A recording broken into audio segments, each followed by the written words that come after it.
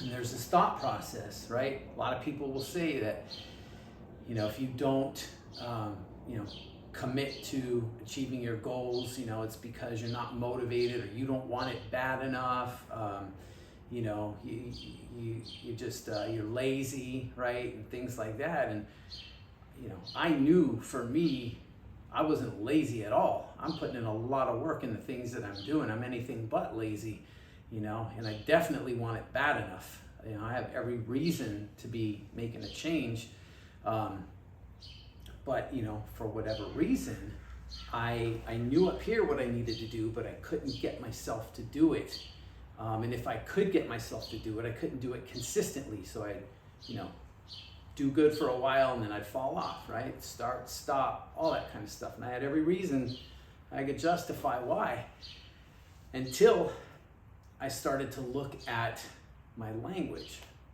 I was like, it's like decoding the language, right? The narrative that goes on. And, that was the narrative of, I need to wait 9 months, because in 9 months, I'm going to be free of school, I'm going to graduate, and then I'm going to have the time. And that was where I looked at that, and then it's like this thought came to mind of, well, that's 9 months, that's almost a year. Do I really want to wait almost a year before I start this journey? Or what could be different for me if I did it now? Like, in 9 months, how much change can I make in that time?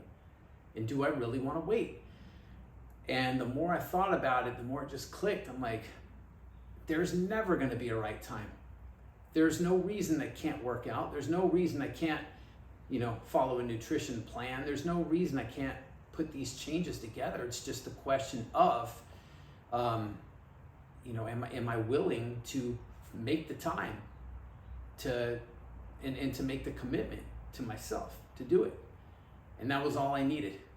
It was like decoding the language of success, right? Because within that narrative, right, there's like what I call the inner saboteur, all the thoughts and the beliefs and the reasoning why we can't do the things we want to do, why our goals aren't possible for us, why we're not good enough, why now is not the right time, why we're too busy, or we're too old, or it's too late, or it's too hard, right? And that's all just language. It's all the inner saboteur that's resisting change and likes to keep us comfortable, because when we're comfortable, it's familiar, and familiarity to Mr. Saboteur up there is safe.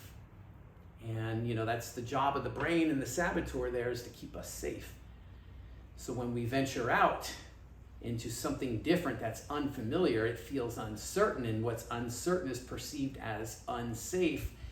And so what happens is we end up, Mr. Saboteur wins. That inner saboteur gets us to sabotage ourselves. So we blow the diet, we skip the workout, we quit, we start and then we stop and blame ourselves, think that we're failures, we're not good enough, right?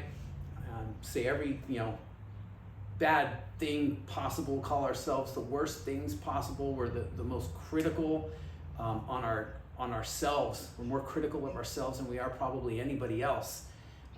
We'd never let somebody talk to our kids the way that we often talk to ourselves. So that was it. And it's like within that kind of language there, that's almost, if you look at it from a different perspective, it's the language of failure. But if you decode it within it, I'm learning there's the language of success that's in there. Because it's all the things that, all the reasons why we can't do this, we can't do that, we can't do that. But if we look at it from a different perspective, we can just as easily find the reasons why we can, why now is the right time, why we shouldn't wait, why it's not too late, we're not too old. We are good enough, we can. And so that's what spurred me on, and I decided in the moment that this is what I'm doing.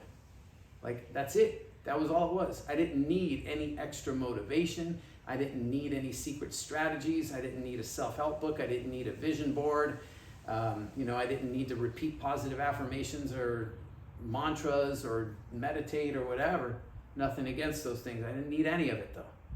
I just needed to decode the language of success that was within me and make a commitment. And so here I am.